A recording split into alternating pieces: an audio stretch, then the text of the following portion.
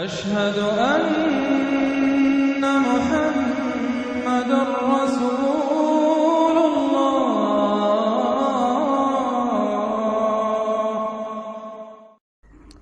سورة الحشر، بسم اللہ الرحمن الرحیم۔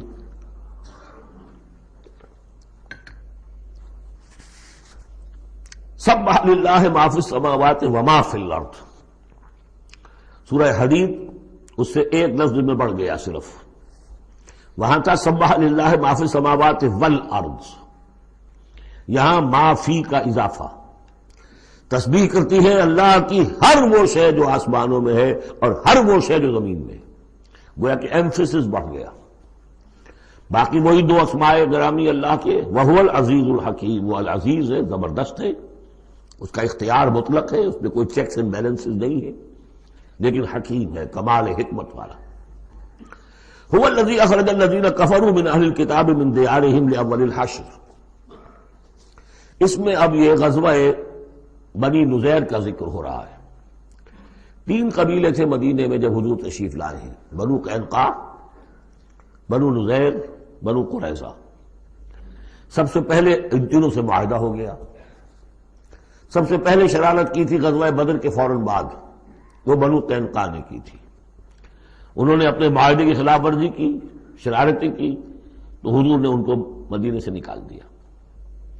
دوسری باری آئی اس کی، یہ ہے بنو نذیر۔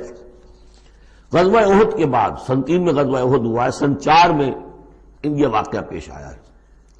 انہوں نے، ان کا ایک سردار تھا کعب ابن اشرف، اس نے بڑی ریشہ دوانی شروع کی، قریش کے ساتھ سلسلہ جنبانی ہو رہا ہے، خود بھی گیا کسی طریقے سے، ہم تو ہماری جان ضیق میں آ گئی ہے، محمد آ گئے وہاں پر، آپ کی قوم کے لوگ ہیں، اب آپ ہی ہمیں ہماری جان ان سے چھڑائیں اور آپ لوگ حملہ کریں، ہم اندر سے مدد کریں گے۔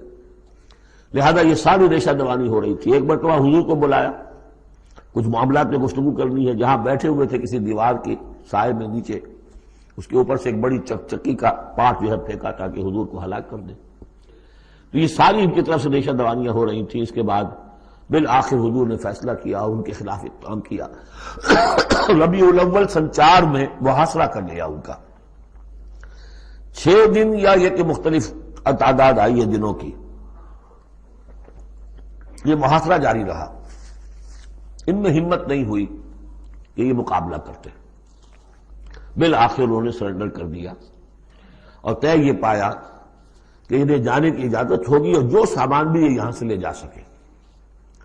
تو اب یہ ظاہر بات ہے کہ ان کے مکان تھے، وہ مکان بھی وہ گرا رہے تھے، کیواڑ ہی لے جائیں، وہ جو اوپر کڑیاں لگی ہوئی ہیں وہی لے جائیں۔ تو یہ سب کے سب جو پورا قبیلہ ہے نکل گیا، جو سامان اٹھا کر لے جا سکتے تھے وہ لے گئے۔ وہ تیسرا معاملہ جو ہوا پھر وہ بنو قریظہ کا ہوا، وہ غزوہ احزاب کے بعد ہوا، وہ ہم پڑھ چکے ہیں سورہ احزاب کے اندر۔ اس طرح ایک ایک کر کے تینوں ان قبائل نے یہود کے وعدہ خلافی کی اور پھر وہ اپنے کیفر کردار کو پہنچے۔ یہ بنی نذیر کا معاملہ ہے۔ هو الذی اخرج الذین کفروا من اہل الکتاب من دیارہم، وہی ہے جس نے نکال باہر کیا ان کافروں کو جو اہل کتاب میں سے تھے ان کے گھروں سے، لاول الحشر، پہلے جمع ہونے کے وقت۔ یعنی مسلمان بھی سمجھتے تھے کہ اتنی آسانی سے نہیں ہوگا معاملہ، جنگ ہوگی، یہ سامنے آئیں گے، میدان میں آئیں گے، جنگ ہوگی، خونریزی ہوگی۔ ان لوگوں کی بھی بڑی بڑکیں تھیں، پہلے تو بہت بڑکیں مارتے تھے کہ ہم یہ کر دیں گے، وہ کر دیں گے۔ مسلمانوں، قریش سے تمہاری جنگ ہوئی ہے، اگر بھی ہم سے اگر مقابلہ پیش آئے تو تمہیں معلوم ہوگا جنگ کسے کہتے ہیں، وغیرہ وغیرہ۔ یہ سورہ بنی اسرائیل، سورہ آل عمران کے بالکل شروع میں اس کا تذکرہ ہے۔ لیکن یہ کہ اول الحشر، یا تو اس کا مطلب یہ ہے کہ پہلی ہی مرتبہ جمع ہوئے ہیں مسلمانوں نے، آ کے محاصرہ کیا اور نکل آئے اور ہتھیار رکھ دیے، یا اس سے مراد یہ ہے کہ پہلی مرتبہ تو یہ یہاں سے اب نکالے جا رہے ہیں، پھر ایک وقت آئے گا کہ یہ خیبر سے بھی کھڑے جائیں گے۔ حضرت عمر کے زمانے میں تو جزیرہ نما عرب کو خالی کرا دیا گیا عیسائیوں سے اور یہودیوں سے۔ پھر ایک اور حشر ہونے والا ہے، وہ قیامت کا حشر ہے۔ تو اول الحشر یہ ہے جو ہوا ہے، ان کے ساتھ پیش آیا۔ ما ظننتم ان یخرجوا، مسلمانوں تمہارا بھی گمان یہ نہیں تھا کہ وہ نکل جائیں گے اتنی آسانی سے۔ وظنوا، اور ان کا بھی یہ یقین تھا، انہم مانعتہم حصونہم، کہ ان کے جو قلعے ہیں وہ انہیں بچا لیں گے، ان کی حفاظت کریں گے، من اللہ، اللہ سے۔ فَأَتَاهُمُ اللَّهُ مِنْ حَيْثُ لَمْ يَحْتَسِبُوا، تو اللہ نے تو ان پر حملہ کیا وہاں سے جہاں سے انہیں گمان ہی نہیں تھا۔ یعنی ان کے دلوں میں رعب ڈال دیا. باہر سے کچھ کرنے کی ضرورت نہیں اللہ کو، اللہ نے ان کے دلوں میں خوف پیدا کر دیا. وَقَذَفَ فِي قُلُوبِهُمُ الرُّعْبَ، ان کے دلوں میں اللہ تعالیٰ نے رعب جو ہے وہ ڈال دیا. یخربون بیوتہم، دیکھ لو وہ خود اپنے گھر جو ہیں ان کی تخریب کر رہے ہیں، توڑ رہے ہیں، کوئی کیواڑ نکالنے کو، کوئی کھڑکی نکالنے کو، کوئی چوکٹ نکالنے کو، کوئی اور اوپر کے جو ہے کڑیاں اور شہتیر لے جانے کے لیے. یخربون بیوتہم بایدیہم، اپنے ہاتھوں سے بھی تخریب ہو رہی ہے، وایدی المومنین، اور اہل ایمان کے ہاتھوں سے بھی. فاعتبروا یا اولی الابصار، تو اے آنکھوں والوں عبرت حاصل کرو. یہ گویا کہ سنایا جا رہا ہے بنو قریظہ کو بھی، جب تم رہ گئے ہو ایک رہ گیا، عبرت حاصل کرو. وَلَوْلَا أَن كَتَبَ اللَّهُ عَلَيْهِمُ الْجَلَاءَ، اگر اللہ تعالیٰ نے پہلے سے یہ لکھ نہ دیا ہوتا کہ ان کو جلا وطن کیا جائے گا، لَعَذَّبَهُمْ فِي الدُّنْيَا، تو انہیں اور سخت عذاب دیتا دنیا کی زندگی میں. وَلَهُمْ فِي الْآخِرَةِ عَذَابُ النَّارِ، اور آخرت میں تو ان کے لیے آگ کا عذاب ہے ہی. ذَلِكَ بِأَنَّهُمْ شَاقُّوا اللَّهَ وَرَسُولَهُ، یہ اس لیے کہ انہوں نے اللہ اور اس کے رسول سے مخالفت کی، زدم زدہ کی. وَمَن يُشَاقِّ اللَّهَ فَإِنَّ اللَّهَ شَدِيدُ الْعِقَابِ، اور جو اللہ کے ساتھ، جو اس کے ساتھ زدم زدہ کرے، اللہ کے ساتھ اللہ کی مخالفت پر کمر کس لے، تو تم سمجھ لو کہ اللہ تعالیٰ تو پھر سزا دینے میں بہت سخت ہے. مَا قَطَعْتُم مِّن لِینَةٍ أَوْ تَرَكْتُمُوهَا قَائِمَةً عَلَىٰ أُصُولِهَا، جو بھی تم نے لینا، یہ ایک خاص قسم کے کھجور کا درخت ہوتا تھا لینا، ان کے جو یہ گڑھیاں تھیں، ان کے جو مکان تھے، حویلیاں تھیں، ان کے چاروں طرف جو ہے کھجوروں کے اس طرح کی بار سی جیسے لگی ہوئی تھی، ایک طرح کی فصیل کھجوروں کا درخت گھنے. تو جب مسلمانوں نے محاصرہ کیا تو بعض جگہوں سے انہوں نے کھجور کے یہ درخت کاٹے، اس لیے کہ حملہ کرنے کے لیے کھلی جگہ چاہیے تھی. تو انہوں نے پھر پروپیگنڈا بنایا، اسکینڈل بنا دیا، دیکھو یہ اللہ کے رسول بنے پھرتے ہیں اور یہ اہل ایمان اور یہ درخت کاٹ رہے ہیں. تو یہاں اللہ تعالیٰ نے اہل ایمان کے اس اقدام کی طرف اس کا جواز عطا فرمایا ہے کہ یہ تم نے صحیح کیا، تو غلط کام نہیں کیا. مَا قَطَعْتُم مِّن لِینَةٍ أَوْ تَرَكْتُمُوهَا، تم نے جو بھی وہ کھجور کے درخت کاٹے یا جو بھی تم نے چھوڑ دیے انہیں، قائمۃ علی اصولها، جو اپنی جڑوں پر کھڑے ہوئے ہیں اب بھی، فبإذن اللہ، یہ سب اللہ کے اذن سے ہوا ہے. یعنی اللہ کے رسول صلی اللہ علیہ وسلم نے اگر نہیں روکا ہے تو ان کا نہ روکنا گویا کہ اللہ کی طرف سے اس کی ایک منظوری اور اس کی طرف سے اللہ تعالیٰ کی طرف سے امپلائڈ جو ہے اس کی سینکشن ہے. مَا قَطَعْتُم مِّن لِینَةٍ أَوْ تَرَكْتُمُوهَا قَائِمَةً عَلَىٰ أُصُولِهَا فَبِإِذْنِ اللَّهِ وَلِيُخْزِيَ الْفَاسِقِينَ، اور یہ اس لیے تھا تاکہ فاسقوں کو اللہ تعالیٰ رسوا کرے اور ذلیل و خوار کرے. اب اس سورہ مبارکہ کا یہ ایک اہم ترین مضمون آ رہا ہے اور وہ ہے فے کا مال. مال غنیمت جب جنگ ہو اور جنگ کے نتیجے میں جو بھی مال ملے وہ مال غنیمت ہے. اس کا حکم سورہ انفال میں آ چکا. خمس جو ہے 5واں حصہ اللہ اور اس کے رسول کے لیے اور رسول کے قرابت داروں کے لیے اور مسکینوں کے لیے اور وابن السبیل اور مسافر کے لیے. 4 حصے تقسیم ہو جائیں گے مجاہدین کے مابین جنہوں نے جنگ میں حصہ لیا، اور ان میں سے جو سواری والے ہوں گے 2 حصہ، اور جو پیدل ہوں گے انہیں اکیلا. یہاں ذکر ہو رہا ہے کہ جنگ کی نوبت نہیں آئی، لہذا یہ مال فے ہے، یہ غنیمت نہیں ہے، یہ مال فے ہے، اور یہ کل کا کل اللہ اور اس کے رسول کا ہے. گویا کہ اس میں کسی کو بھی مسلمان کو کوئی حصہ نہیں ملے گا سوائے اس کے کہ جو اللہ کا رسول کسی کو، فقیر کو، غریب کو، مسکین کو دینا چاہے، وہ الگ بات ہے. وما افاء اللہ علی رسولہ، اور جو مال کے ہاتھ لگا دیا ہے اللہ نے اپنے رسول کے، منہم ان سے، یعنی بنو نذیر سے، فما اوجفتم علیہ من خیر ولا رکاب، تو دیکھو اے مسلمانوں، تم نے ان پر نہیں دوڑائے نہ اپنے گھوڑے نہ اونٹ. ولیکن اللہ یسلط رسلہ علی من یشاء، یہ تو اللہ کی حکمت ہے، مشیت ہے، اس کی قدرت ہے. اللہ تعالیٰ مسلط کر دیتا ہے اپنے رسولوں کو جس پر چاہتا ہے. یہ خاص قدرت خدا بندی سے کہ اللہ نے ان کے دلوں میں رعب ڈال دیا، انہوں نے خود آ کے سرنڈر کر دیا. تو تمہیں تو جنگ کرنے کی نوبت پیش نہیں آئی، لہذا یہ مال غنیمت نہیں ہے. وعلی کل شیء، واللہ علی کل شیء قدیر، اللہ تعالیٰ ہر چیز پر قادر ہے. اب یہ حکم آ رہا ہے، ما افاء اللہ علی رسولہ من اہل القری، جو مال بھی ہاتھ لگا دے اللہ اپنے رسول کے ان تمام بستی والوں سے، فللہ وللرسول ولذی القربى والیتامى والمساکین وابن السبیل. اس کا جو مصرف ہے وہ یہ کہ اللہ اور اس کا رسول، اس سے مراد ہے اسلامی ریاست، پھر رسول کے اپنے اخراجات، اپنی ازواج مطہرات کا دان نفقہ، اپنا جو ذمہ داریاں ہیں معاشرتی، پھر رسول کے قرابت دار. ظاہر بات ہے ذی القربہ جو ہے وہ عام آدمی کے بھی قرابت دار ہیں، ان کے ساتھ حسن سلوک ہوتا ہے، تو رسول کے بھی تو قرابت دار ہیں، اور رسول کا کوئی اور ذریعہ معاش تو ہے نہیں. والیتامی والمساکین وابن السبیل، باقی اس کے علاوہ جو بھی مستحق ہیں، فقراء ہیں، غریب ہیں اور ان کے لیے محتاج ہیں. کہ لا یکون دولۃ بین الاغنیاء منکم، اور یہ اہم ترین اسٹیٹمنٹ آف آبجیکٹیوز ہے. مقصد کیا ہے؟ کہ لا یکون، تاکہ ایسا نہ ہو کہ دولت تمہارے امیروں ہی کے مابین چکر لگاتی رہے. یعنی ظاہر بات ہے کہ اب جو لوگ بھی جو جنگ میں حصہ لیا ہے، جن کے پاس گھوڑے بھی تھے اور اونٹ بھی تھے، اب ان کو دگنے حصے مل جاتے سارے اس مال میں سے، تو گویا کہ جو لوگ پہلے ہی سے کچھ مرفع الحال ہیں، جن کے پاس پہلے ہی کچھ ہے، انہی کی طرف مال اور بڑھ رہا ہے. اور جو بیچارے غریب ہیں وہاں کے، وہ گویا کہ اس سے ان کی غربت کے ازالے کی کوئی شکل نہیں ہو پائے گی. تو اللہ تعالیٰ کے سامنے یہ ہے کہ دولت کی تقسیم ہو ایسی کہ اس کی سرکولیشن جو ہے معاشرے کے اندر، اس کی گردش دولت ایسی ہو کہ سب کو حصہ ملے اور سوسائٹی کے تمام طبقات جو ہے اس سے مستفید ہوں.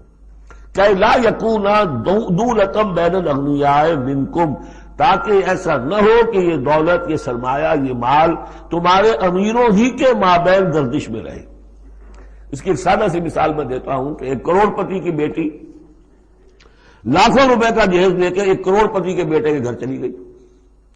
گویا کہ وہ لاکھوں روپے کے جہیز نے گردش تو کی، لیکن ایک کروڑ پتی سے نکل کے دوسرے کروڑ پتی کے یہاں چلی گئی.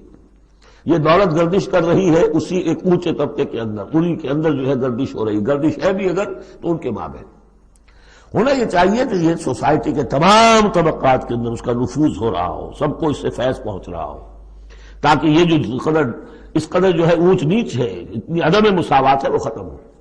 وہ مساوات کے تمام انسان بالکل برابر کر دیے جائیں، وہ تو نہ کبھی ہوئی ہے نہ ہو سکتی ہے. وہ تو کمیونزم بھی مر گیا اور ایک دن کے لیے بھی اس مساوات کو قائم نہیں کر سکا.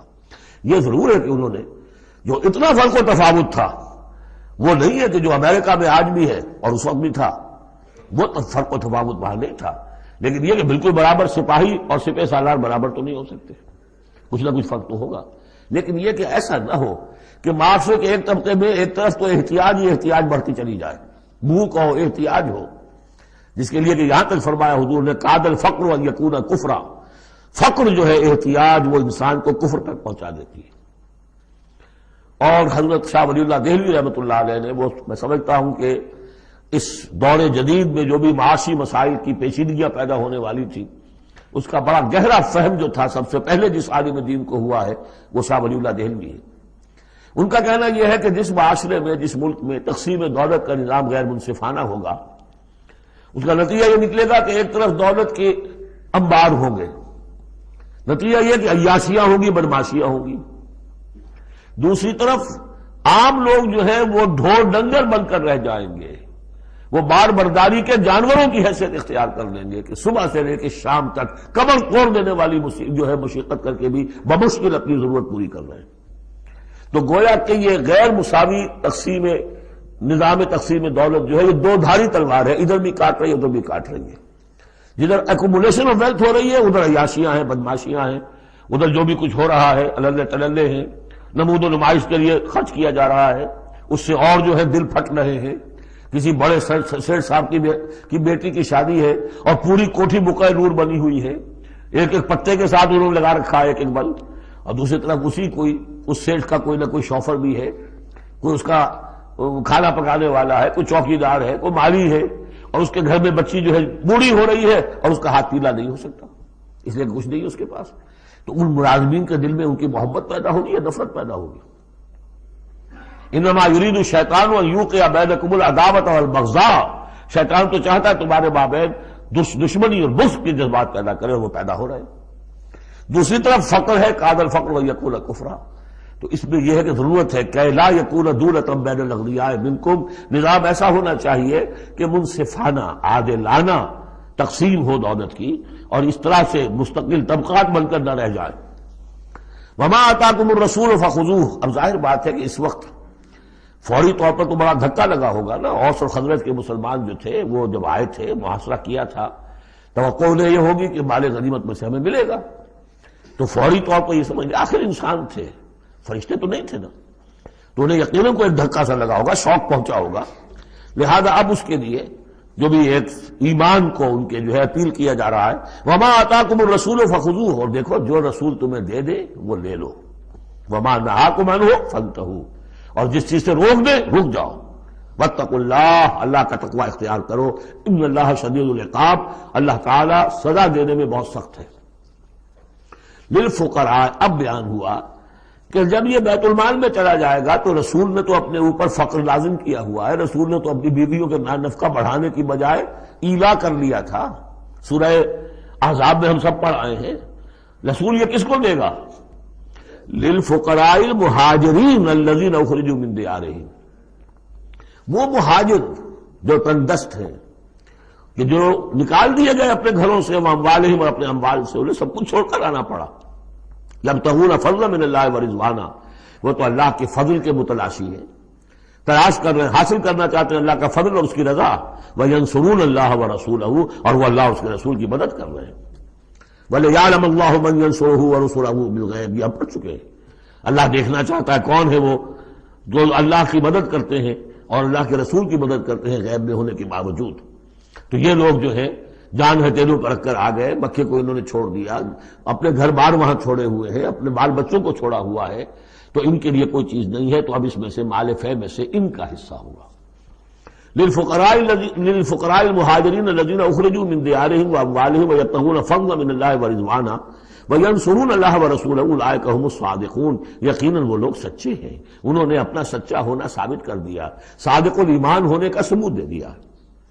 والذین تبوؤا الدار والایمان من قبلہم، اور جو لوگ گھروں میں آباد تھے اور جن کو پاس ایمان بھی تھا ان سے پہلے، یعنی ان کے آنے سے پہلے، یعنی انصار مدینے میں جو پہلے سے آباد تھے اور ان کے دلوں میں بھی ایمان پیدا ہو چکا تھا، وہ جب یہ مہاجرین آئے ہیں تو ان کا طرز عمل کیا تھا؟ جن کے دلوں میں ایمان تھا، یحبون من ہاجر الیہم، انہوں نے قطعاً گراں نہیں محسوس کیا کہ یہ ہجرت کر کے لوگ آ گئے ہیں، ہماری معیشت پر بوجھ بن جائیں گے، ہمارے لیے جو ہے یہ آبادی جو ہے اتنی بڑی اور بڑھ رہی ہے، ان کے پاس کوئی دولت نہیں ہے، سرمایہ نہیں ہے، کوئی انویسٹمنٹ نہیں کر سکتے، تو بجائے اس کے کہ وہ یہ محسوس کریں کہ ہمارے اوپر تو یہ بہت بڑا بوجھ آ گیا، یحبون من ہاجر الیہم، وہ تو محبت کرتے ہیں ان سے جنہوں نے ہجرت کی ہے، ان کی طرف آئے ہیں ان کے ہاں، ولا یجدون فی صدورہم حاجۃ مما اوتوا، اور وہ نہیں پاتے اپنے سینوں کے اندر کوئی بھی حاجت، کوئی تنگی اس چیز پر کہ جو انہیں دی جا رہی ہے، کہ انہیں کیوں دیا جا رہا ہے، نہیں ہوگا، اس لیے کہ ان کے دلوں میں ایمان ہے، اللہ تعالیٰ نے ان کو ایمان کی دولت سے بہرہور کیا ہے۔ یہ جیسا کہ میں نے عرض کیا کہ انصار میں سے جن حضرات کو توقع تھی کہ اب یہ سارا مال و اسباب جو چھوڑ کر گئے ہیں بنو نذیر، اس میں سے ہمیں بھی حصہ ملے گا، اور جب یہ طے ہو گیا کہ سارا مال فے ہے، یہ مال غنیمت ہے ہی نہیں، تو آخر فوری طور پر تو ایک دھکا سا لگا ہوگا۔ یہ ساری آیات در حقیقت ان کی تشفی کے لیے، تسکین کے لیے، ان کے جذبہ ایمان کو اپیل کرتے ہوئے اللہ اور اس کے رسول کے حوالے سے بات کی جا رہی ہے، اور جو بھی ان کے اندر ایمان تھا در حقیقت اس کا اعتراف کرتے ہوئے کہ والذین تبوؤا الدار والایمان من قبلہم یحبون من ہاجر الیہم، وہ تو محبت کرتے ہیں ان لوگوں سے جو ہجرت کر کے ان کے ہاں آ گئے ہیں، ولا یجدون فی صدورہم حاجۃ مما اوتوا، اور انہیں ہرگز کوئی تنگی محسوس نہیں ہوتی اس معاملے پر کہ جو انہیں دیا جا رہا ہے مہاجرین کو، وَيُؤْثِرُونَ عَلَىٰ أَنفُسِهِمْ وَلَوْ كَانَ بِهِمْ خَصَاصَةٌ، اور وہ تو اپنے اوپر ترجیح دیتے ہیں دوسروں کو، خواہ ان کے اپنے اوپر تنگی ہو، یعنی انصار بھی سب کے سب جو ہے وہ دولت مند تو نہیں تھے، ان میں بھی غریب بھی تھے، لیکن یہ کہ چاہے وہ خود تنگدست ہو، لیکن یہ کہ وہ دوسروں کو ترجیح دیتے ہیں، انہوں نے اپنے مہاجر بھائیوں کے لیے ایثار کیا ہے، قربانی کی ہے۔ ایثار جو ہے اس کے معنی ہوتی ہے ترجیح کرنا، کسی کو مقدم رکھنا۔ یؤثرون علی انفسہم ولو کان بہم خصاصہ، اپنے اوپر ان کو ترجیح دے رہے ہیں اگرچہ ان کے اپنے ہاں بھی تنگ دستی ہے، خواہ ہو ان کے ہاں تنگ دستی۔ ومن یوق شح نفسہ فاولئک ھم المفلحون، اور یقیناً جو کوئی بھی بچا لیا گیا اپنے جی کے لالچ سے وہ وہی ہے کہ جو فلاح پانے والے ہیں۔ یہ ترغیب و تشویق ہے انصار کے لیے کہ جن کو گویا کہ اس مال فے سے ان آیات کی روح سے بالکل محروم قرار دے دیا گیا، الا یہ کہ ان کے ہاں جو یتامہ ہو، مساکین ہو، ان کے لیے تو ظاہر بات ہے کہ وہ حصہ موجود ہے۔ اب جو آیت آ رہی ہے اس حصے کی وہ یہ ہے، بہت عظیم آیت اس پہلو سے ہے کہ اسی سے استدلال کیا حضرت عمر نے رضی اللہ تعالیٰ عنہ ہماری تاریخ کے ایک بہت اہم موقع پر جبکہ خاصا اختلاف بھی اس میں پیدا ہو گیا تھا. پہلے وہ موقع سمجھ لیجئے جب حضرت عمر کے دور خلافت میں عراق فتح ہو گیا، شام فتح ہو گیا، ایران فتح ہو گیا، مصر فتح ہو گیا. تو ایک فرٹائل کریسنٹ کہلاتا ہے مڈل ایسٹ کا، بہت زرخیز علاقہ. درمیان میں تو اگرچہ عراق کے اور شام کے ایک بڑا صحرا ہے، لیکن ایک کریسنٹ پاتا ہے، بہت فرٹائل ایریا. اب یہ جو مجاہدین تھے، صحابہ کرام کتنے تھے؟ چند ہزار. ان کی طرف سے مطالبہ ہوا کہ یہ ساری زمینیں یہ مال غنیمت ہے، 1/5 رکھیے بیت المال کے لیے، 4/5 ہمارے اندر تقسیم کر دی. اگر ایسا ہو جاتا تو تاریخ انسانی کی عظیم ترین جاگیرداری پیدا ہو جاتی، پورا ملک تقسیم ہو جاتا چند ہزار صحابہ کے اندر. اس سے بھی آگے بڑھ کر اس میں امپلائڈ یہ بھی تھا کہ ان ملکوں کی تمام آبادی ہماری غلام ہے، تقسیم کر دیجیے انہیں. مال غنیمت میں جو غلام آتے تھے وہ تقسیم ہوتے تھے کہ نہیں؟ لونڈیاں آتی تھی تو غنیمت تقسیم ہوتی تھی کہ نہیں؟ یہ اتنا بڑا مسئلہ تھا. حضرت عمر رضی اللہ تعالیٰ عنہ نے اس پر غور کیا اور ان کی رائے یہ ہوئی کہ یہ جو مال ہے یہ مال فے شمار ہوگا، مال غنیمت نہیں. مال غنیمت صرف وہ ہوگا جو کسی جنگ میں مارکے کے عین مقام پر جو چیز ملے گی. جو تلواریں دشمن کے ہاتھ سے آپ کے ہاتھ لگ گئیں، زرہیں ہیں اور سامان ہے، یا بیڑے بکریاں ہیں، ان کے بھی تو راشن ساتھ ہوتے تھے کہ نہیں، گھوڑے ہیں، اونٹ ہیں، یا وہاں جو پی او ڈبلیوز ہوں گے جو وہاں گرفتار ہوں گے، جو لڑنے والے، یا عورتیں اگر وہاں ساتھ ہوں گی وہ کنیزیں بنائی جائیں گی. تو جو محاذ جنگ پر جو مال آئے گا وہ تو غنیمت ہے. لیکن پورا ملک، اب جنگ تو ایک ہوئی ہے، نہاوند کی جنگ ہوئی ہے یا فلاں کسی اور کی جنگ ہوئی ہے، تو اس کے نتیجے میں تو پورا کا پورا ملک جو ہے کسی کے قبضے میں آ گیا. ساری حکومت جو تھی ابراہیم لودھی کی، پانی پت کی جنگ کے اندر وہ ہارا اور ساری حکومت جو ہے وہ اب بابر کی ہو گئی. تو اگر اس طرح کا کوئی معاملہ اس وقت سمجھا جاتا تو اب سارے کے سارے لوگ غلام اور ان کی عورتیں کنیزیں، جو چاہے کریں. اب اس پر جب حضرت عمر کی یہ رائے ہوئی اور اس کے لیے دلیل یہ لائے تھے کہ انہوں نے فرمایا کہ یہ جو فے کا حکم چلا آ رہا ہے اس میں ایک تو فرمایا گیا ما افاء اللہ علی رسولہ من اہل القری فللہ وللرسول ولذی القربى والیتامى والمساکین وابن السبیل. اگلی آیت میں فرمایا للفقراء المہاجرین الذین اخرجوا من دیارہم واموالہم. اسی کے ساتھ جوڑا انہوں نے اس آیت کو والذین جاؤوا من بعدہم، جو اور بعد میں آئیں گے. اب جو ظاہر بات ہے کہ یہ آج تو جتنے چند ہزار مسلمان تھے انہوں نے فتح کر لیا، اب اتنی بڑی امت ہے جو مسلمان بعد میں آئیں گے، اس کا مطلب ان کا تو کوئی حصہ رہا ہی نہیں. یہ بیت المال کے حصہ کی ملکیت قرار پائیں گی ساری زمینیں، تاکہ یہ امت مسلمہ کی ایک کلیکٹو ملکیت ہو، collective ownership of the whole Muslim امہ، تاکہ اس سے جو بیت المال کے اندر خراج آئے گا اس خراج سے تمام مسلمانوں کی بہبود اور یہ کہ اللہ کے دین کی آگے نشر و اشاعت، اس کا ایک مکمل نظام، اور جو ہماری حدیں ہیں تو سرحدوں کے اوپر جو ہے فوجی پہرا، اس کے لیے باقاعدہ فوج رکھنا، اس کے لیے مسلسل جو ہے آمدنی چاہیے، اس سب کے لیے حضرت عمر نے کہا کہ یہ مال فے قرار پائے گا ان لوگوں کی اس آیت کی روح سے، کہ اس میں حق صرف انہی کا نہیں ہے کہ جو اس وقت ہیں، والذین جاؤوا من بعدہم، وہ جو لوگ ان کے بعد آئیں گے ان کا بھی اس کے اندر حق ہے. اس آیت سے انہوں نے استدلال کیا رضی اللہ تعالی عنہ. اور یہ بھی میں آپ کو بتا دوں کہ صحابہ میں سے بڑے اہم صحابہ نے حضرت عمر سے اختلاف کیا، ان کا نہیں یہ مال غنیمت ہے تقسیم کیجیے. پھر یہ کہ ایک باقاعدہ جو ہے ایک کمیشن بنایا گیا، اس میں کچھ اوس کے کچھ انصار اور کچھ جو ہے خزرج کے، ان کو ایک کمیشن بنایا گیا. انہوں نے غور کیا، سب کی بات سنی اور پھر حضرت عمر رضی اللہ تعالیٰ عنہ کی رائے کے مطابق انہوں نے فیصلہ دیا اور اسی پر پھر اجماع ہو گیا. اور اس سے اب مسلمان ممالک کے اندر جو اراضی ہیں ان کی دو مستقل قسمیں بن گئی ہیں، ایک اراضی عشری، ایک اراضی خراجی. عشری اراضی ان مسلمانوں کی قرار پائی اور اس علاقے کے مسلمانوں کی قرار پائی جو بغیر لڑے بھڑے ایمان لے آئے. جیسے مدینے کے لوگ، حضور نے مدینے کو فتح تو نہیں کیا بلکہ وہ تو خود لے کر آئے حضور کو، تو وہاں کی زمینیں انہی کے قبضے میں رہی. اشری زمین قبضے میں ہوتی ہے، ملکیت ہوتی ہے مسلمان کی، اس میں سے عشر ہوگا پیداوار کا 10واں حصہ یا 20واں حصہ۔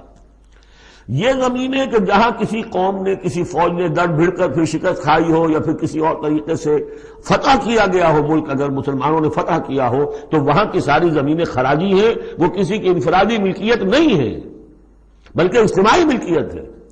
کلیکٹو اونرشپ آف لینڈ پہلی مرتبہ تاریخ انسانی میں حضرت عمر رضی اللہ تعالیٰ عنہ کے اس اجتہاد کے نتیجے میں وجود میں آیا۔ کلیکٹو اونرشپ آف لینڈ، یہ کسی کی انفرادی ملکیت نہیں۔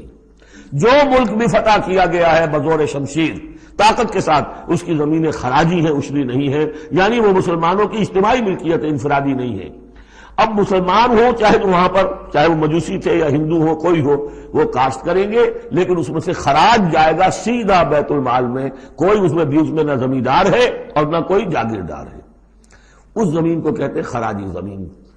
اور پچھلی صدی تک تقریباً اس پر اجماع تھا کہ ہندوستان کی ساری زمینیں خراجی ہیں، یہاں کوئی اصلی زمین نہیں ہے، کوئی زمین ملکیت ہی نہیں ہے، کسی کی ملکیت نہیں، سب یہ مسلمانوں کی اجتماعی ملکیت ہے۔ چنانچہ قاضی صلاح اللہ پانی پتی رحمۃ اللہ علیہ پچھلی صدی کے بڑے عظیم مفسر، محدث، بہت بڑے صوفی، بہت بڑے مفتی، ان کی تفسیر جو ہے تفسیر مظہری، وہ انہوں نے اپنے مرشد کے نام پر لکھی خود ہے، لیکن نام تفسیر صلاحی نہیں رکھا، تفسیر مظہری اپنے استاد کے نام سے منسوب کیا۔ تو اس تفسیر کے لکھنے والے شخص نے جو رسالہ لکھا ہے مالا بدھ منہ، وہ فقہ کا ایک بہت ہی ابتدائی سا رسالہ ہے اور ہمارے سارے عربی مدارس میں وہ پڑھایا جاتا ہے۔ وہ فقہ کی تعلیم جو ہر مسلمان کو معلوم ہونی چاہیے، مالا بدھ منہ، اس میں صاف لکھا ہے ہندوستان میں کوئی زمین عشری ہے ہی نہیں، لہذا میں عشر کے مسائل اس میں دکھتا ہی نہیں۔ خام خواہ طلبہ کے دلوں پر بوجھ پڑے، کیا ضرورت ہے، جبکہ یہاں اس کی اپلیکیشن ہی نہیں ہے۔ ہندوستان میں کوئی زمین جو ہے عشری نہیں، سب خراجی ہے۔ خراجی ہے تو اس کا نتیجہ کیا نکلتا ہے کہ بالکل نیا بندوبست اراضی ہو سکتا ہے، ان جاگیرداروں سے زمین واپس لی جا سکتی، ملکیت ہی نہیں ہے ان کی۔ یہ تو یہ کہ کبھی کسی شہنشاہ نے دے دی یا انگریزوں نے دے دی، کسی اور نے دے دی، ان کی ملکیت نہیں ہے، یہ ہے عشری زمین، یہ خراجی زمینیں خراجی رہیں گی۔ یہ بہت اہم مسئلہ ہے اور اس کا تعلق اس آیت سے ہے۔ والذین جاؤوا من بعدهم یقولون ربنا اغفر لنا ولاخواننا الذین سبقونا بالایمان، وہ یہ کہتے ہیں پروردگار ہمیں بھی بخش دے اور ہمارے ان بھائیوں کو بھی بخش دے جو ایمان میں ہم سے سبقت لے گئے، ہم سے پہلے تھے۔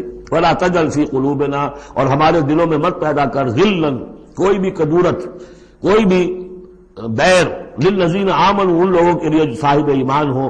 ربنا انک رؤوف الرحیم، پروردگار تو رؤوف ہے اور رحیم ہے۔ أَلَمْ تَرَ إِلَى الَّذِينَ نَافَقُوا يَقُولُونَ لِإِخْوَانِهُمُ الَّذِينَ كَفَرُوا مِنْ أَهْلِ الْكِتَابِ لَئِنْ أُخْرِجْتُمْ لَنَخْرُجَنَّ مَعَكُمْ وَلَا نُطِيعُ فِيكُمْ أَحَدًا أَبَدًا وَإِنْ قُوتِلْتُمْ لَنَنْصُرَنَّكُمْ وَاللَّهُ يَشْهَدُ إِنَّهُمْ لَكَاذِبُونَ۔ صدق اللہ العظیم۔ غزوہ بنی نذیر میں جو بھی رول اور کردار تھا یہود کا، پھر ان کا جو انجام ہوا، وہ سورہ حشر کی پہلے رکوع میں بیان ہو چکا ہے۔ ساتھ ہی یہ کہ ایک بہت اہم حکم جو ہے شریعت کا اموال فے کے بارے میں، وہ بھی پہلے رکوع میں ہم پڑھ چکے ہیں۔ اب اس موقع پر منافقین کا جو کردار سامنے آیا تھا دوسرے رکوع میں، اس کے بارے میں گفتگو ہو رہی ہے۔ الم تر الی الذین نافقوا، کیا تم نے دیکھا نہیں ان لوگوں کو کہ جو منافق ہیں، جن کے دلوں میں نفاق نے ڈیرے جما لیے ہیں۔ یقولون لاخوانہم الذین کفروا من اہل الکتاب، وہ کہتے رہے اپنے ان بھائیوں سے میں سے جنہوں نے کفر کیا تھا، ان کے بھائی تھے، دوست تھے، ان کے تعلقات تھے جو اہل کتاب میں سے تھے، وہ کفر پر اڑے رہے۔ ان سے انہوں نے کہا تھا یہ لئن اخرجتم لنخرجن معکم، دیکھو اگر تمہیں کبھی مدینے سے نکالا گیا ہم تمہارے ساتھ نکلیں گے۔ وہ دوستیاں جو ان کے درمیان حلیفانہ روابط تھے، اگر تمہیں کہیں نکالا جائے گا تو ہم بھی نکلیں گے۔ وَلَا نُطِيعُ فِيكُمْ أَحَدًا أَبَدًا، اور تمہارے معاملے میں کبھی بھی ہم کسی بھی شخص کی اطاعت نہیں کریں گے۔ یعنی ٹھیک ہے ہم ایمان تو لے آئے ہیں، مسلمانوں میں شامل ہو گئے ہیں اور ہم محمد کا حکم مانتے بھی ہیں بعض معاملات کے اندر، لیکن یہ ہے کہ تمہارے ساتھ ہماری دوستی جو ہے وہ پختہ ہے، تمہارے ساتھ ہمارے حلیفانہ تعلقات ہیں وہ بہت قدیمی ہے، اور ہمارا تمہارے معاملے میں جو ہے ہمارا طرز عمل تبدیل نہیں ہوگا، اور اگر کوئی اقدام محمد نے صلی اللہ علیہ وسلم تمہارے خلاف کرنے کا فیصلہ کیا تو ہم اس میں ان کا ساتھ نہیں دیں گے۔ لَنَخْرُجَنَّ مَعَكُمْ وَلَا نُطِيعُ فِيكُمْ أَحَدًا أَبَدًا وَإِن قُوتِلْتُمْ لَنَنصُرَنَّكُمْ، اور اگر تمہارے ساتھ جنگ کی گئی تو ہم لازماً تمہاری مدد کریں گے۔ وَاللَّهُ يَشْهَدُ إِنَّهُمْ لَكَاذِبُونَ، اور اللہ گواہی دیتا ہے کہ وہ جھوٹ بول رہے تھے۔ لَئِنْ أُخْرِجُوا لَا يَخْرُجُونَ مَعَهُمْ، اگر وہ نکالے جائیں گے وہ ان کے ساتھ نہیں نکلیں گے۔ وَلَئِنْ قُوتِلُوا لَا يَنصُرُونَهُمْ، اور اگر ان سے جنگ کی جائے گی تو وہ ان کی مدد نہیں کریں گے۔ وَلَئِنْ نَصَرُوهُمْ لَيُوَلُّنَّ الْأَدْبَارَ، اور اگر کہیں ان کی مدد کر بیٹھیں گے تو فوراً بھاگیں گے، پیچھے دکھا دیں گے۔ ثُمَّ لَا يُنصَرُونَ، اور پھر ان کی کہیں سے مدد نہیں ہو سکے گی۔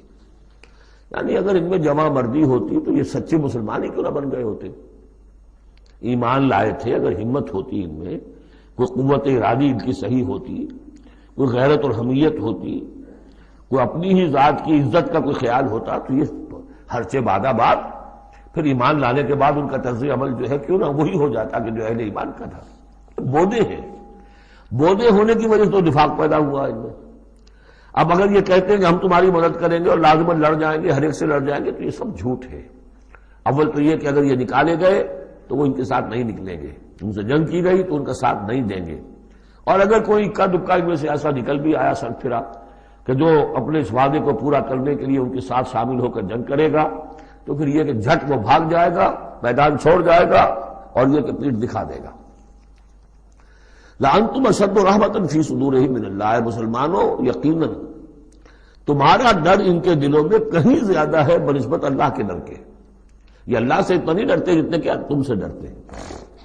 ذَلِكَ بِأَنَّهُمْ قَوْمٌ لَا يَفْقَهُونَ، اور یہ اس لیے ہے کہ انہیں اصل سمجھ حاصل نہیں۔ اصل سمجھ حاصل ہو تو ایمان حاصل ہو جائے، علم حقیقی حاصل ہو جائے، پھر آدمی جان لے کہ اصل زندگی تو آخرت کی زندگی ہے، دنیا کی زندگی تو کھیل کود اور تماشا ہے، اس کے سوا کچھ نہیں۔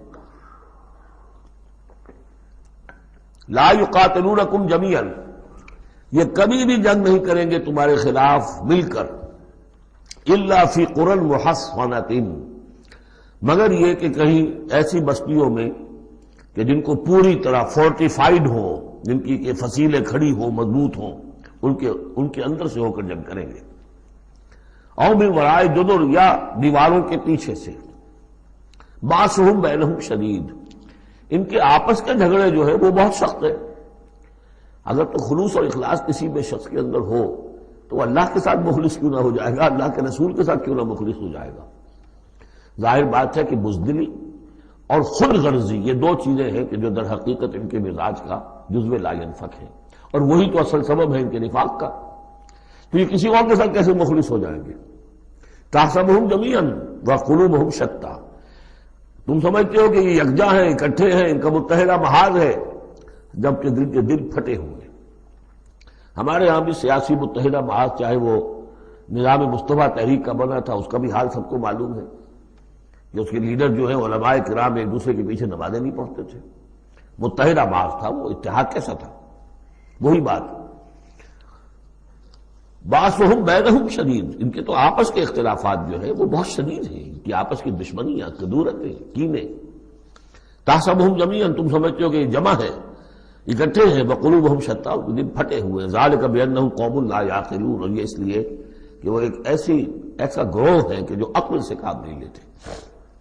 کمثل الذین من قبلہم قریبا ذاقوا وبال امرہم، جیسے قصہ ان کا ہوا جو ان سے پہلے تھے ماضی قریب میں، یعنی بنو قینقاع۔ سب سے پہلے بنو قینقاع کا معاملہ ہوا تھا، پھر یہ بنی نذیر کا ہوا، پھر 5ویں سال میں غزوہ احزاب کے ضمیمے کے طور پر بنو قریظہ کا ہوا۔ وَلَهُمْ عَذَابٌ أَلِيمٌ، ان کے لیے بہت ہی دردناک عذاب ہے۔ کمثل الشیطان، یا پھر مثال ہے شیطان کی، اذ قال للانسان اکفر، جبکہ وہ انسان سے کہتا ہے کرو کفر، فلما کفر، اور جب انسان کفر کرتا ہے قال انی بریء منک انی اخاف اللہ رب العالمین، وہ کہتا ہوں میں تم سے علیحدہ ہوں، میرا تم سے کوئی تعلق نہیں، میں تو اللہ سے ڈرتا ہوں جو تمام جہانوں کا رب اور مالک و پروردگار ہے۔ فکان عاقبتہما انہما فی النار خالدین فیہا، تو ان دونوں کی عاقبت یہ ہے کہ وہ شیطان بھی اور وہ انسان بھی، دونوں کی عاقبت یہ ہے کہ وہ رہیں گے آگ میں اور ہمیشہ ہمیشہ رہیں گے۔ وذالک جزاء الظالمین، اور یہی ہے ظالموں کا بدلہ، جیسا کہ سورہ قاف میں ہم پڑھ چکے ہیں کہ وہ قرین جو ہوگا، اس گناہگار کافر اور مشرک کا جو قرین ہوگا، وہ جب لے کر آئے گا، حاضر کرے گا، قال قرینہ ھذا ما لدی عتید، اور اللہ تعالیٰ کی طرف سے حکم آئے گا فرشتوں کو القیا فی جہنم کل کفار عنید، تو وہ کیا کہے گا؟ ربنا ما اطغیتہ ولکن کان فی ضلال بعید، اور اللہ تعالیٰ فرمائیں گے لا تختصموا لدی وقد قدمت الیکم بالوعید ما یبدل القول لدی وما انا بظلام للعبید۔ تیسرا رکوع اور آخری رکوع جو ہے اس سورہ حشر کا، یہ پھر قرآن مجید کا ایک بہت اہم مقام ہے۔ میں آج سوچ رہا تھا کہ میں بار بار جو کہتا ہوں آپ سے، یہ قرآن کا بہت اہم مقام ہے، یہ قرآن کا بہت اہم مقام ہے، تو اس کی بھی ایک حقیقت سمجھ لیجئے۔ قرآن حکیم میں تو کوئی ایک حرف اور ایک لفظ بھی غیر اہم نہیں ہے، البتہ مختلف اعتبارات سے مختلف مقامات کی ایک ریلیٹیولی زیادہ اہمیت ہے۔ بعض مقامات حکمت کے ہیں، بعض مقامات جو ہے وہ فلسفیانہ ہیں، بعض مقامات وہ ہیں کہ جو جدید سائنس کے حوالے سے بڑے اہم ہیں، بعض مقامات وہ ہیں جو روح دین سے بحث کرتے ہیں، بعض مقامات وہ ہیں جو ایمان کی ماہیت کو واضح کرتے ہیں، ایمان کیا ہے۔ تو اس اعتبار سے یقیناً مختلف مقامات جو ہیں وہ مختلف اعتبارات سے اور حیثیتوں سے وہ زیادہ اہمیتوں کے حامل ہیں۔ اب یہ جو 4 آیتیں ہیں، 7 آیتیں ہیں اس رکوع کی، تیسرے رکوع کی، اس میں فلسفہ، تصوف، پھر یہ کہ اس میں سب سے بڑا جو آ رہا حصہ وہ یہ ہے کہ جیسے 6 آیتیں سورہ حدید کی تھیں کہ جن میں اللہ کے اسماء و صفات کا ذکر ہے، جن میں تفصیل سے گفتگو نہیں کر سکا اور نہ اس کا موقع تھا، میرے کیسز میں ہے، تو اسی طرح کا ہم وزن جو ہے 3 آیتیں آ رہی ہیں سورہ حشر کے آخر میں۔ قرآن حکیم میں اسماء خداوندی کا سب سے بڑا گلدستہ، 16 اسماء ایک جگہ پر اور کہیں نہیں ہے، 8 اسماء ایک آیت میں، الملک القدوس السلام المومن المہیمن العزیز الجبار المتکبر سبحان اللہ عما یشرکون، ایک ہے۔ تو اس اعتبار سے یہ حصہ بہت اہم ہے۔ فرمایا یا ایھا الذین آمنوا اتقوا اللہ ولتنظر نفس ما قدمت لغد واتقوا اللہ ان اللہ خبیر بما تعملون، اہل ایمان اللہ کا تقوی اختیار کرو، اور چاہیے کہ ہر جان یہ دیکھتی رہے کہ اس نے کل کے لیے کیا آگے بھیجا ہے۔ اللہ کا تقوی اور آخرت کا احساس، کل کے لیے کیا بھیجا، ما قدمت لغد، یہ بڑی کل ہے۔ ایک کل تو وہ ہے کہ جو کل سورج طلوع ہوگا تو شروع ہو جائے گی، اور ایک بڑی کل وہ ہے آنے والی ہے جو بعث بعد الموت کے بعد آنے والی ہے، وہ بڑی کل ہے۔ اس کل کے لیے کیا بھیجا ہے آگے، کیا سامان ہے، کیا توشہ ہے، کیا تم نے کمائی ہے جو جمع کرائی ہے، وہ جو اس کائناتی حکومت کا جو سب سے بڑا ریزرو بینک ہے، امپیریل بینک ہے اس کائنات کا، اللہ تعالیٰ کے ہاں کیا جمع کرایا۔ اور دیکھیے 2 مرتبہ ایک آیت میں واتقوا اللہ، اللہ کا تقوی، اللہ کا خوف، لیکن یہ خوف اصل میں اس طرح کا خوف نہیں ہوتا جو کسی خوفناک شے کا خوف ہوتا ہے۔ ایک ہے شیر کا خوف یا سانپ کا خوف، ایک خوف والد کا خوف ہوتا ہے، وہ محبت کے تحت ہوتا ہے، میرے والد جو ہے ناراض نہ ہو جائیں، میں اپنے والد کے احساسات اور جذبات کو مجروح نہ کر بیٹھوں، وہ مایوس نہ ہو جائے مجھ سے، اللہ ناراض نہ ہو جائے، یہ خوف۔ یا ایھا الذین آمنوا اتقوا اللہ ولتنظر نفس ما قدمت لغد واتقوا اللہ ان اللہ خبیر بما تعملون، یقیناً جو کچھ تم کر رہے ہو اللہ اسے باخبر ہے۔ اگلی آیت ہے جسے علامہ اقبال نے قرار دیا کہ ان کے فلسفہ خودی کی سورس یہ ہے۔ سید نذیر نیازی نے ہمارے ہاں قرآن کانفرنس میں باقاعدہ بیان کیا، ان کے مضمون میں بھی موجود ہے یہ، کہ میں نے حضرت علامہ سے یہ سوال کیا کہ آپ کے فلسفہ خودی کے بارے میں بڑی جیب گوئیاں ہوتی ہیں، کوئی کہتا ہے کہ فلاں نیٹشے سے آپ نے اخذ کر لیا ہے، فلاں سے کر لیا ہے، آپ بتائیے کہ آپ کے فلسفہ خودی کی سورس کیا ہے۔ تو علامہ نے فرمایا کہ اچھا کل آ جانا فلاں وقت. تو کہتے ہیں کہ میں اتنا خوش رہا کہ شاعر مشرق اور حکیم الامت مجھے یہ اعزاز بخش رہے ہیں کہ میں جاؤں گا اور وہ مجھے ڈکٹیٹ کرائیں گے کہ میرے فلسفہ خودی کی سورس کیا ہے. تو میں گیا اور بہت خوش گیا، پینسل کاپی لے کر گیا. جب میں گیا تو ذرا قرآن مجید اٹھا لاؤ، تو ایک تو مجھ پر وہ ویسی پڑ گئی. پھر کہا کہ ذرا کھولو سورہ حشر نکالو اور یہ آیت پڑھو، وَلَا تَكُونُوا كَالَّذِينَ نَسُوا اللَّهَ فَأَنسَاهُمْ أَنفُسَهُمْ أُولَٰئِكَ هُمُ الْفَاسِقُونَ. یہ ہے میرے فلسفہ خودی کی سورس. دیکھنا مسلمانوں، ان لوگوں کی طرح نہ ہو جانا جنہوں نے اللہ کو بھلا دیا، تو اللہ نے انہیں اپنے آپ سے غافل کر دیا. فَأَنسَاهُمْ أَنفُسَهُمْ، اس کے کیا معنی؟ کیا کوئی خدا سے غافل جو اپنے آپ کو بھول جاتا ہے؟ اپنے پیٹ کا خیال نہیں رہتا اس کو؟ اپنے جسم میں کوئی پھوڑا نکل آئے تو علاج نہیں کراتا؟ کس چیز سے غافل ہے؟ وہ اپنے جسم سے غافل نہیں، وہ اپنے حیوانی وجود سے غافل نہیں، اس کے تقاضوں سے غافل نہیں، اس کی اپکیپ، اس کی مینٹیننس، اس کی ویئر اینڈ ٹیئر کو درست کرتے رہنا، کسی چیز سے غافل نہیں. معلوم ہوا کہ اس حیوانی وجود کے علاوہ کوئی حیثیت ہے انسان کی، اصل حقیقت جس کو انسان بھول جاتا. اور یہ ہم پڑھ چکے ہیں سورہ مجادلہ کے اندر بھی الفاظ آئے تھے کہ شیطان نے انہیں اللہ کو بھلا دیا. فَأَنسَاهُمْ ذِكْرَ اللَّهِ اسْتَحْوَذَ عَلَيْهِمُ الشَّيْطَانُ فَأَنسَاهُمْ ذِكْرَ اللَّهِ. شیطان نے ان پر قابو پا لیا ہے اور انہیں بھلا دیا ہے، اللہ کے ذکر سے غافل کر دیا ہے. تو جو لوگ اللہ کو بھلا دیتے ہیں وہ اپنے آپ سے، اپنی اصل حقیقت سے غافل ہو جاتے ہیں. وہ اپنے آپ کو کیا سمجھتے ہیں؟ حیوان. اور آج کا ہماری جو تہذیب کا جو مرکزی نقطہ ہے آج کا گلوبل سویلائزیشن کا، کہ انسان نرا حیوان ہے. اور اس میں سب سے بڑا پارٹ پلے کیا ہے ڈاروین کے نظریہ ارتقاء نے. حیوان جیسے اور حیوان ہے ویسا حیوان انسان ہے. اتنا ہی فرق ہے نا جتنا گھوڑا اور گدھا. گدھا ذرا کورس قسم کا ہے، ذرا گٹیا رف قسم کا جانور ہے، اور ذرا گھوڑا فائن ہے، ریفائنڈ ہے، تمکنت والا. باقی بنیادی فرق کیا ہے گدھے میں اور گھوڑے میں؟ اسی طرح گوریلا اور شمپینزی اور انسان، کیا فرق ہے؟ اتنا ہی فرق ہے جتنا گدھے اور گھوڑے میں ہے، اتنا ہی گوریلا اور شمپینزی اور انسان میں ہے. کوئی فرق نہیں. وہی موٹیوز جو ان کے ہیں وہی موٹیوز ان کے ہیں، سارے وہی موٹیوز ہیں. سائیکالوجی ہے تو اسی پر چل رہی ہے. جو محرکات عمل ہے انسان کے وہ وہی ہے جو حیوان کے، کوئی اور ہے نہیں. یہ ہے اصل میں اس دور کا المیہ، اللہ کو بھول جانا اور اپنی اصل حقیقت یعنی روح. اللہ کو بھلاؤ گے تو تمہارے اندر جو ڈیوائن ایلیمنٹ اس نے پھونکا تھا اس سے غافل ہو جاؤ. اب کیا رہ گئے تم میرے حیوان؟ میں نے آپ کو اس سے پہلے بھی وہ اپنشد کا جملہ سنایا ہے. Man in his ignorance identifies himself with the material sheaths which encompass his real self.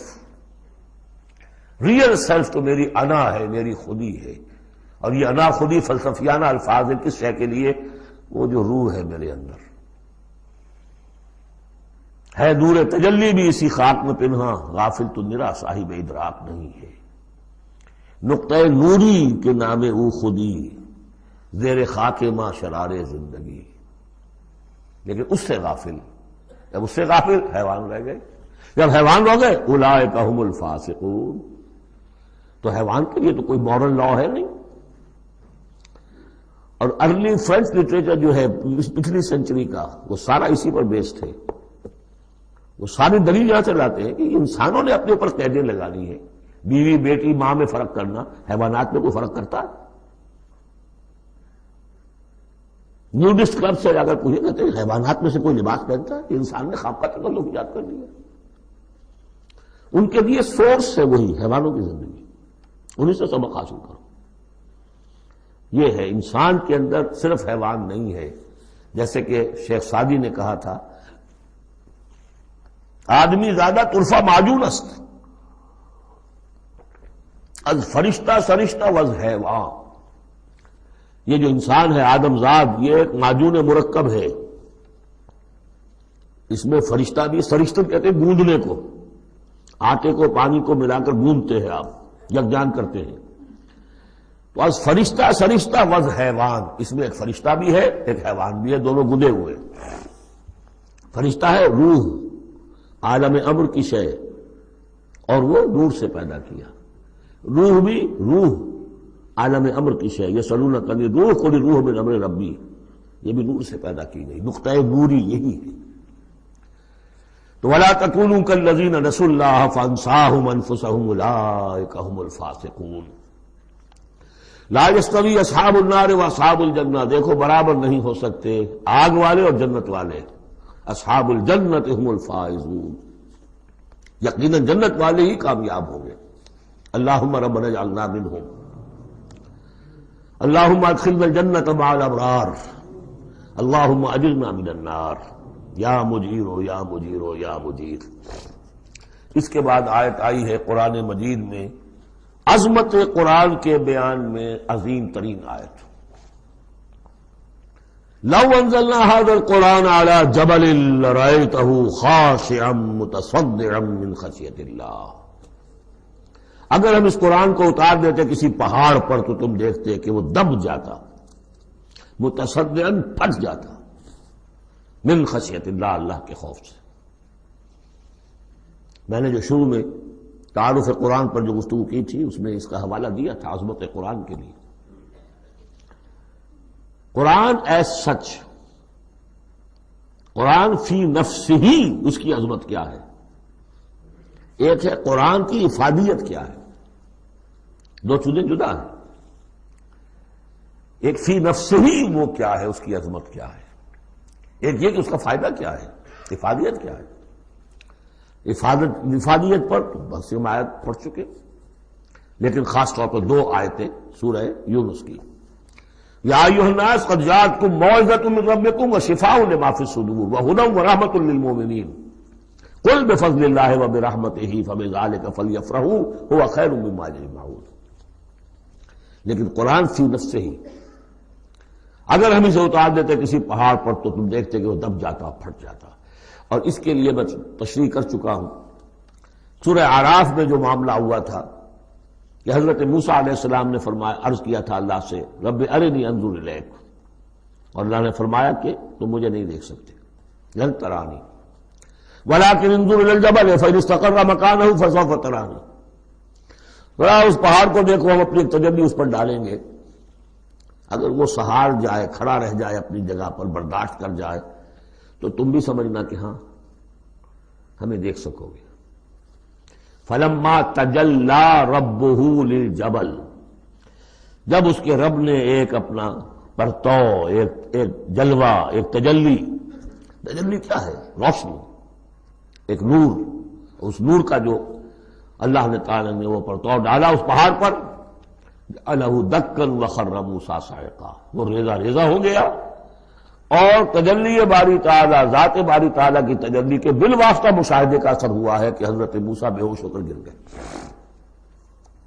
اب نوٹ کیجئے، یہ بالکل وہی بات ہے جو تمثیل کی شکل میں آ رہی ہے۔ فرق کیا ہے؟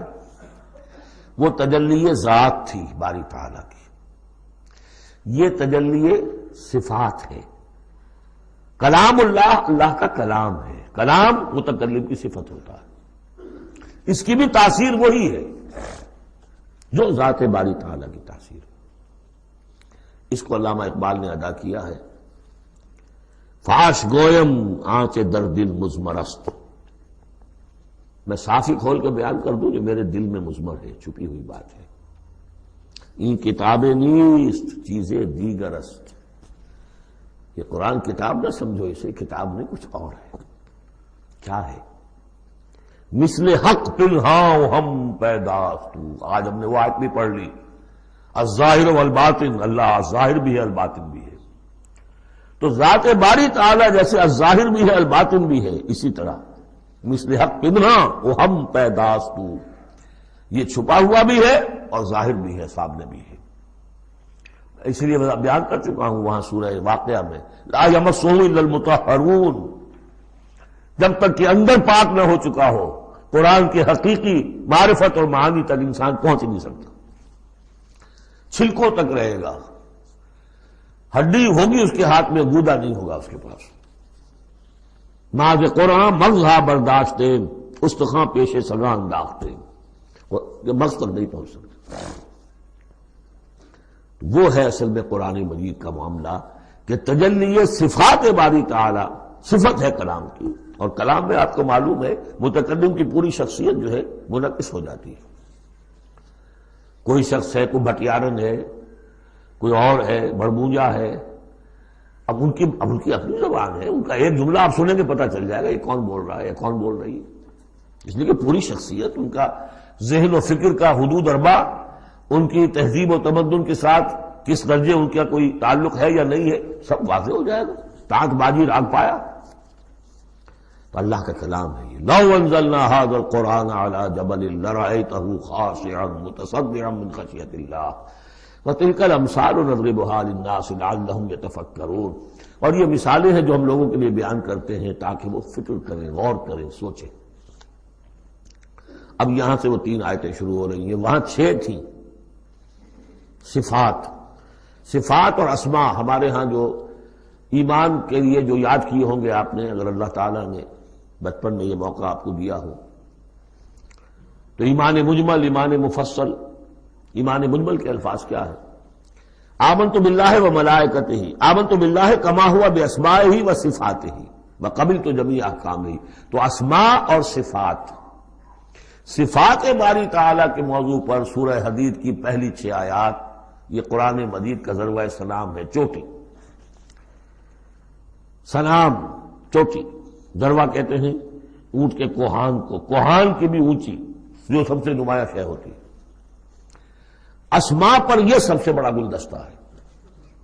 اور ایک خاص بات جو میں نے وہاں نوٹ نہیں کرائی تھی آپ کو، سورہ حدید میں واحد مقام ہے قرآن مجید کا جہاں اسماء باری تعالیٰ کے مابین حرف عطف واو آیا ہے، هو الاول والآخر والظاہر والباطن، اور کہیں نہیں۔ 4 اسماء آئے ہیں سورہ جمعہ کے شروع میں، یسبح للہ ما فی السماوات و ما فی الارض الملک القدوس العزیز الحکیم، کوئی حرف واو نہیں۔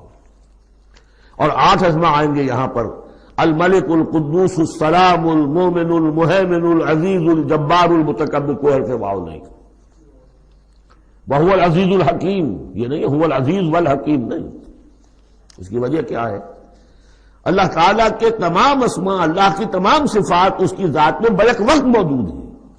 واو میں تو مغایرت پیدا ہو جاتی ہے، واو میں تراخی پیدا ہو جاتی ہے، لیکن یہاں کیوں آئے سورہ حدید میں؟ اس لیے کہ اول و آخر بیک وقت نہیں ہو سکتے، وہ حال عقلی ہے۔ ظاہر و باطن ایک وقت نہیں ہو سکتے، میرا ظاہر میرا باطن یہ تو ایک ہی وقت میں موجود ہے۔ قرآن کا ظاہر اور قرآن کا باطن ایک وقت میں موجود ہے، اول و آخر ایک نہیں ہو سکتے، اس لیے وہاں واو لایا گیا، هو الاول والآخر والظاہر والباطن۔ بہرحال اب یہاں پر نوٹ کیجیے، هو اللہ الذی لا الہ الا هو، وہی ہے اللہ جس کے سوا کوئی الہ نہیں، عالم الغیب والشہادہ، جاننے والا ہے کھلے کا اور چھپے کا، وہ بھی جو تمہارے سامنے ہے اور وہ بھی کہ جو تمہاری نگاہوں سے پوشیدہ ہے۔ اس لیے کہ غیب اور شہادہ جو ہے یہ ہمارے اعتبار سے، اللہ کے اعتبار سے نہیں۔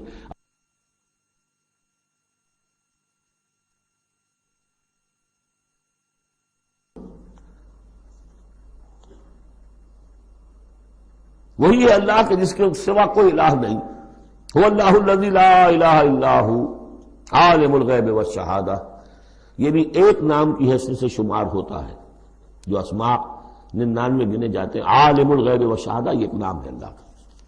اور میں عرض کر رہا تھا کہ اللہ کے لیے سب شہادہ ہی شہادہ، غیب ہے ہی نہیں۔ اس نقطے کو یہاں سمجھ لیجئے، اس لیے کہ یہ سورہ جن میں آئے گا پھر دوبارہ، اور بہت اہم طریقے پر آئے گا۔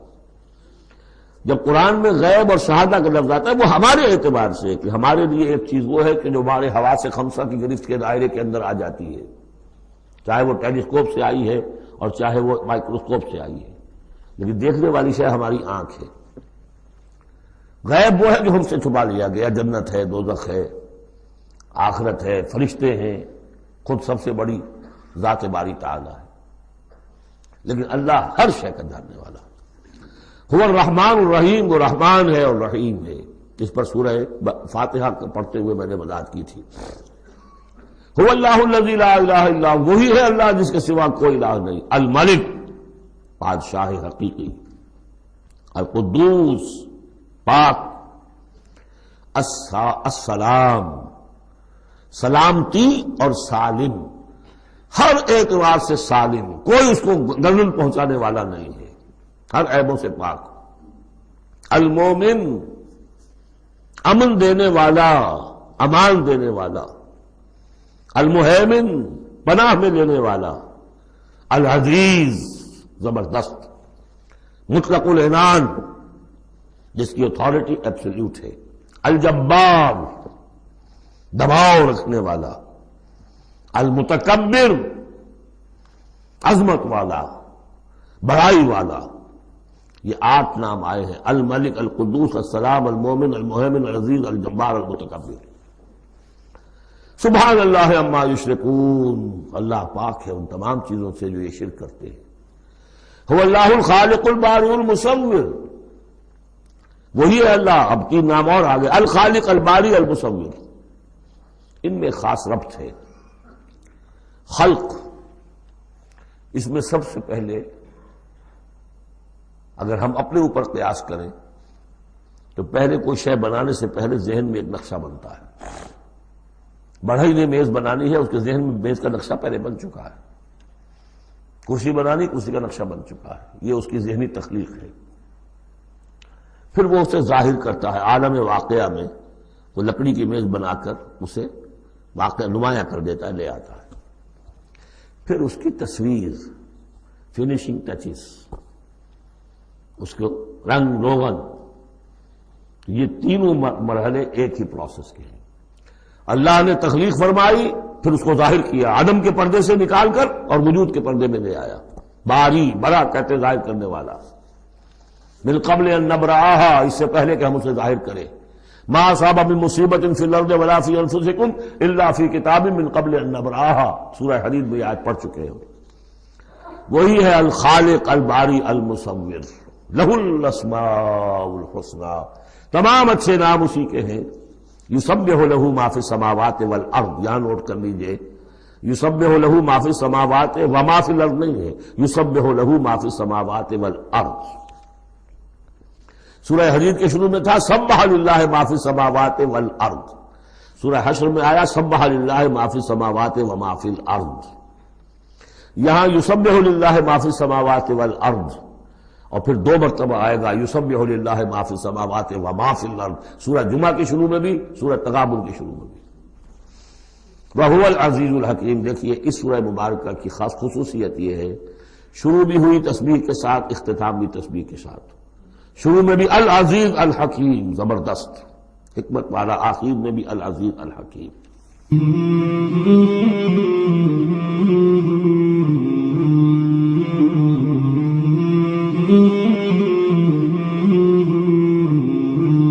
مولاي صل وسلم